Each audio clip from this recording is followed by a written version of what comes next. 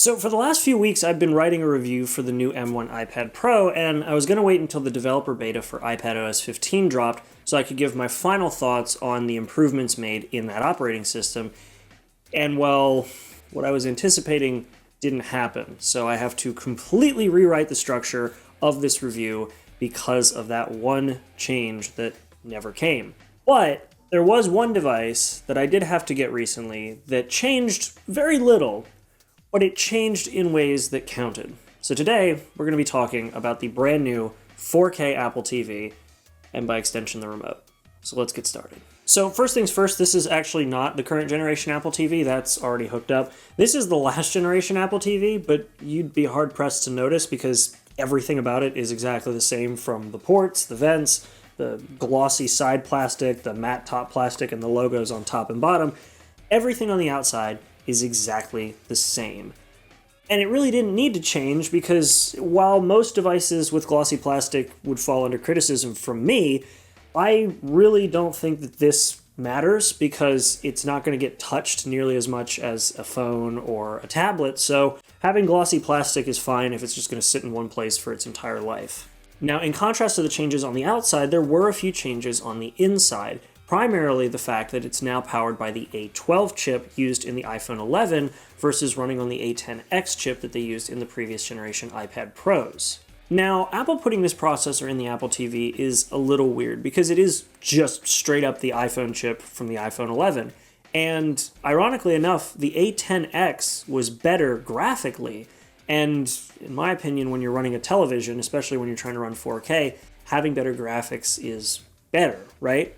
Well, part of the reason I think they did that was because the A12 can actually handle the biggest feature that was added to this Apple TV, which is the ability to do 4K HDR at high frame rates, if your TV supports it. So, if you're watching a YouTube video that's 4K and HDR and 60 frames a second, if your TV can handle it, this will output it at no problems, whereas previously, I guess it was limited to 24 or 30. I actually don't know what the limit from the previous generation Apple TV was, and there wasn't a whole lot of documentation on what it was. All I could see was that it seemed to cap out in HDR at 30. I don't know, both Mac Tracker and Apple's website are just sort of a jumbled mess of standards all lumped into a list, so I guess the last one was not capable of running 60 FPS in full HDR. Whatever. Either way, it's an improvement for anybody who was not using the last generation Apple TV, and honestly, if you weren't using the last generation of Apple TV, this is a great upgrade for several reasons, the biggest of which, of course, is the fact that I think the generation before last didn't even run in 4K, so hey, welcome to the 21st century. Now, I know you all are probably waiting for me to talk about the new remote, which, don't worry, I'll get there in a minute, but there is one other change to the box itself that I haven't really seen a lot of people talk about that just made it completely worth it for me, which is the fact that this new Apple TV actually supports ARC, or Audio Return Channel. For those of you unfamiliar with what Audio Return Channel, or ARC, is, it's essentially the ability to plug in something like a soundbar to your television's HDMI port, and that HDMI port outputs audio to the soundbar from any other input coming to the television, whether it be a console, a Blu-ray player, anything. And it means you don't have to switch to that ARC HDMI port to get the audio to play. It's really clever, and it means that you can use the same port for any device, including the soundbar. It's just convenient. Okay, but why is ARC important on an Apple TV? Well, for most people, it really isn't, because it just means that any input going to the TV then goes back to the Apple TV.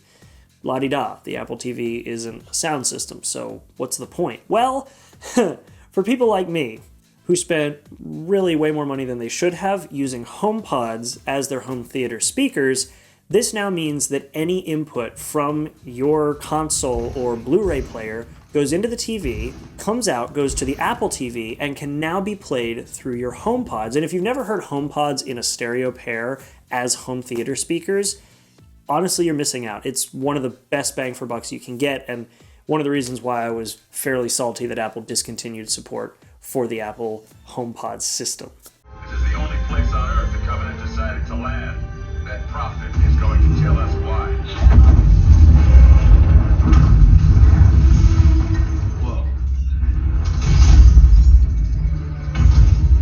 Well, they didn't discontinue support, they just stopped selling them. But hey, HomePod minis, you can do that with them now, so cool. They don't fill the room like the full-size HomePods, but whatever, you can use your minis now. But yeah, you can use full-size HomePods through the Apple TV for any other sound going into the TV. One of the biggest reasons why the HomePods as home theater speakers were a disappointment has now been solved. Thank you. And yeah, when it comes to the box itself, those are all the changes. An A12 chip, high refresh rate HDR 4K content, and now the ability to use it as a wireless send-out unit for ARC to your HomePods.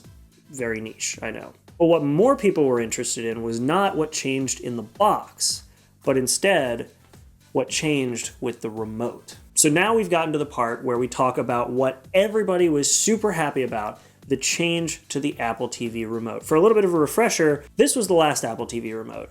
It was this thin black piece of glass and aluminum with really no distinguishable layout that you could pick up easily without touching something by accident. The buttons had some detents, so you sort of knew where things were, but it was impossible to figure out where everything was. You had to do button combinations to power your TV on, power your TV off. The menu button acted like a back button, and the Apple TV button only ever took you to the TV app, so you had to just keep mashing menu or holding it until it took you home. Volume was kind of functional. There was no mute button, I already said that. Power button, I already said that. It was not a good remote. And play and pause was this button below the Siri button. So if you wanted to play and pause, you may accidentally hit Siri a few times because the button that has the detent was the freaking Siri button, not the play pause button. Have I made myself clear? I hate this thing with a passion. To be brutally honest, this minimalist white remote that Apple made back in 2007 for the first gen Apple TV was more, I wouldn't say useful, but at least more well designed than the stupid Apple TV remote that we had for the last generation. And funnily enough, you can actually control the Apple TV with, seriously, this remote, you can actually change things. You can see the menus moving, and I'm using the original Apple TV remote, so that's kind of cool. But yeah, I like this better than I liked the last one. All right, but enough talking about the past. Let's talk about the present. And in the present, we have this giant, thick slab of naturally colored aluminum. We've got a black plastic piece on the top for letting the IR through. We have lightning on the bottom. Like, honestly, I don't mind lightning as an accessory charger, but seriously, Apple, start moving the rest of your shit over to Type-C, please. We have volume up and down, which works significantly more consistently because it can not only control the volume through the Apple TV, but it can also program the volume right on the television. So that IR function works on both TV and the Apple TV. So that's good. We finally get a mute button. Good God, how long did we have to wait for that? We have a mute button, and it works with both the TV and the Apple TV. So in my case with the HomePods, I can mute them instantly. I love it. We have the play pause button. It still doesn't have any detent on it, and honestly, I keep mixing up the mute and play pause button because of the arrangement they were on the older Apple TV remote, but with a little bit of practice, I can get used to it. And I'm all right with no detent on the play pause button because they finally moved the detent up to actually be on the back button, which is labeled correctly as the back button now, instead of being menu, which didn't bring up any menus. I discovered only after hating on the previous Apple TV that the TV button can be programmed to take you directly home or to the TV app, but I changed it to just take you home on this one, so I'm all right with that. We have this giant click wheel, directional button, touchpad combination, which I'll talk more about in a minute, a dedicated power button that controls both the TV and the TV box, thank God, and they moved the Siri button over to the side so there's no more accidentally pressing it when you want to play or pause. It's nice. I actually really enjoyed this. Overall, the changes made to this remote are extremely welcome. This is just a pure function with decent form style remote versus last generation, which was basically form compromising function. And the fact that it's a naturally bright aluminum color means you won't lose it in the freaking couch like I've done God knows how many times with mine. So yeah, not bad. Now, to get into this little button combo up at the top, you can actually do the directional key navigation like the previous generation, not the last one with the touchpad, but the one before that. And it's basically no different than what it would have been 2 generations ago. Click, click, click to go through, left, right, all that. But this entire surface is also touch sensitive. So if you'd like to scroll more quickly, you just swipe your finger down the touchpad and it scrolls. And this center button also allows you to just select what you want, scroll. It's really nice, honestly. I was kind of surprised they kept the touch feature around considering how universally loathed it was, but yeah, not bad overall. And the last sort of feature they added to this was a jog control, which is kind of cool, but it's a little finicky. You essentially have to be in an app that supports it, like the Apple TV app, of course. And if you hold your finger over on the left side of the trackpad, it will bring up the notice saying that you can now jog. After you pause your video, then you can basically spin your finger around and it'll take you through whatever you're jogging through. It took me a minute to figure out, but once I was there, it's pretty convenient. It reminds me a lot of the iPods, so that's nice. Okay, so that was a lot to cover, and honestly, most of it was in the remote. And really, this remote is the biggest thing worth buying. Even if you don't need a new Apple TV, you can buy this separately for $60. And I feel like the $60 price tag is a little bit high. If MAC address is to be believed, the value is probably about $20 more than what the thing is worth, just based on the functions that were added alone. But honestly, if you're not looking to upgrade an Apple TV, but you hate the remote, this is definitely a worthwhile upgrade. The TV itself does add some really nice features, don't get me wrong, and the fact that ARC is now a function of the Apple TV for my specific use case was immediately a top seller. That and the fact that both Wi-Fi and wired network connections stopped working on my last generation, I would have been buying one anyway, but yeah, ARC is nice to have. But for anybody who's looking to upgrade, if you have a previous generation Apple TV, it's really not worth it unless you really want to have that high refresh rate HDR 4K content, or you really want ARC, because the only other reason to buy it is the remote. And you can buy this separate and it works with the last generation.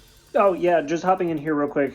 For those of you wondering why I didn't mention the HD Apple TV, it's because you really shouldn't buy one at this point, even if you have an HD TV, because you can always get the 4K, set it down to HD, and then if you buy a 4K TV in the future, you're set. You just bump the settings up. You can't do that with the HD one, so if you buy an HD model for your HD TV now and then get a 4K TV in the future, you're kind of stuck with an Apple TV in HD. The fact that they still sell that instead of just offering the standard Apple TV and telling you to set the settings down kind of appalls me. But yeah, don't get the HD one. It's garbage. Now, if you are coming from 2 generations back, it's definitely worth an upgrade because you'd not only be going from 1080p to 4K, but you'd also be jumping to 4K HDR with high refresh rates. So if you're still holding on to a Gen 3 Apple TV, welcome to the newest one. If not, and you have, well, last generation, just stick with it and buy the remote.